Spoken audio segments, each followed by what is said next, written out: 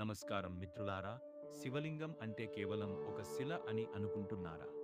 అసలు లింగం అనే పదానికి అర్థం ఏమిటి? మన పురాణాలు, శాస్త్రాలు శివలింగం గురించి ఏం చెబుతున్నాయి? స్వామి వివేకానంద శివలింగాన్ని ఏ విధంగా వర్ణించారు? ఈరోజు మన వీడియోలో రుద్ర చైతన్యం గురించి ఒక సమగ్ర విశ్లేషణను తెలుసుకుందాం. లింగం అంటే ఏమిటి? మొదటగా లింగం అనే పదానికి అర్థం తెలుసుకుందాం.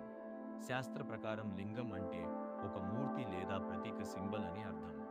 కంటికి కనిపించని ఆ పరమాత్మను ఆరాధించేందుకు మనం ఏర్పరచుకున్న ఒక పవిత్రమైన బింబమే లింగం. కేవలం శివుడికే కాదు, ఇతర దేవతలకు కూడా లింగ రూపాలు ఉన్నాయి. ఉదాహరణకు విష్ణుమూర్తిని సాలగ్రామ శిల రూపంలో, గణపతిని సోనశిల రూపంలో, దేవిని శ్రీచక్రం లేదా శక్తి లింగం రూపంలో ఆరాధిస్తాం. ఆఖరికి ఆదిశంకరాచార్యులు కూడా పాండురంగ విఠలుడిని పరబ్రహ్మ లింగం అని స్తుతించారు. సృష్టి రహస్యం లయనాథ్ లింగముచ్యతే. శివలింగాన్ని మనం ఎందుకు పూజిస్తాం? ఏ పరమేశ్వర చైతన్యం నుండి ఈ చరాచర జగత్తు పుట్టిందో, ఎందులో పెరుగుతుందో మరియు తిరిగి ఎందులో లీనమవుతుందో ఆ చైతన్యమే లింగం. సృష్టి, స్థితి, లయ అనే మూడు దశలు ఆ ఈశ్వర చైతన్యంలోనే ఉన్నాయి. స్వామి వివేకానంద శివలింగం గురించి చెబుతూ, ఇది యజ్ఞంలోని యూపస్తంభం లేదా జ్యోతిస్తంభం అని విదేశీయుల అపోహలను ఖండించారు. అండాకృతి, పిండాకృతి యోగి దృష్టిలో మన శరీరంలోని ఆజ్ఞా చక్రంలో వెలిగే జ్యోతియే ఆత్మలింగం. అదే సమయంలో సైన్స్ పరంగా చూస్తే ఈ అనంత విశ్వం ఒక గోళాకృతిలో కాస్మిక్ ఏక్ కాంతిపుంజంలా ఉంటుంది. అంటే ఈ లోకమంతా శివలింగ స్వరూపమే. అందుకే లోకం లింగాత్మకం జ్ఞాత్వా అర్చయేత్ శివలింగం అని అంటారు.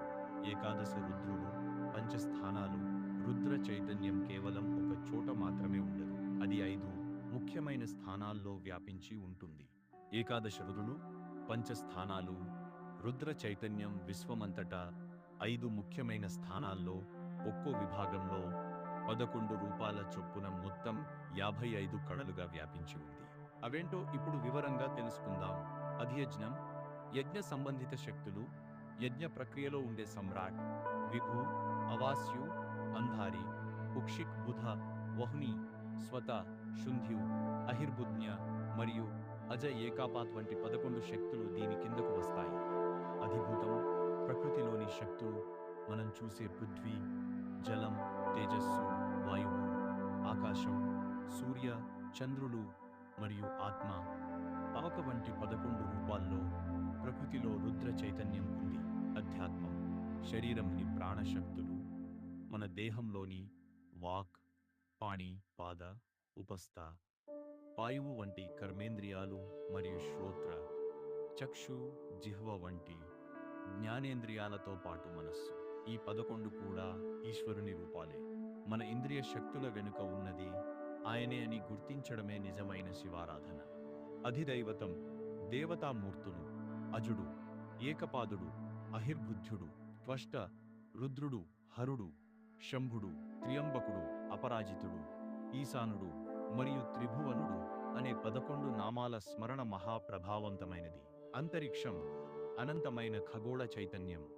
సారాంశం ఏమిటంటే, యజ్ఞంలో, ప్రకృతిలో, మన శరీరంలో మరియు దైవంలో అంతటా ఆవరించి ఉన్న ఆ తేజోమూర్తిని దర్శించడమే నిజమైన శివారాధన.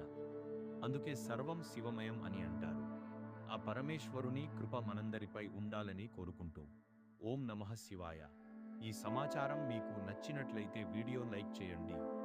మరిన్ని ఆధ్యాత్మిక విషయాల కోసం మా ఛానల్ని సబ్స్క్రైబ్ చేసుకోండి.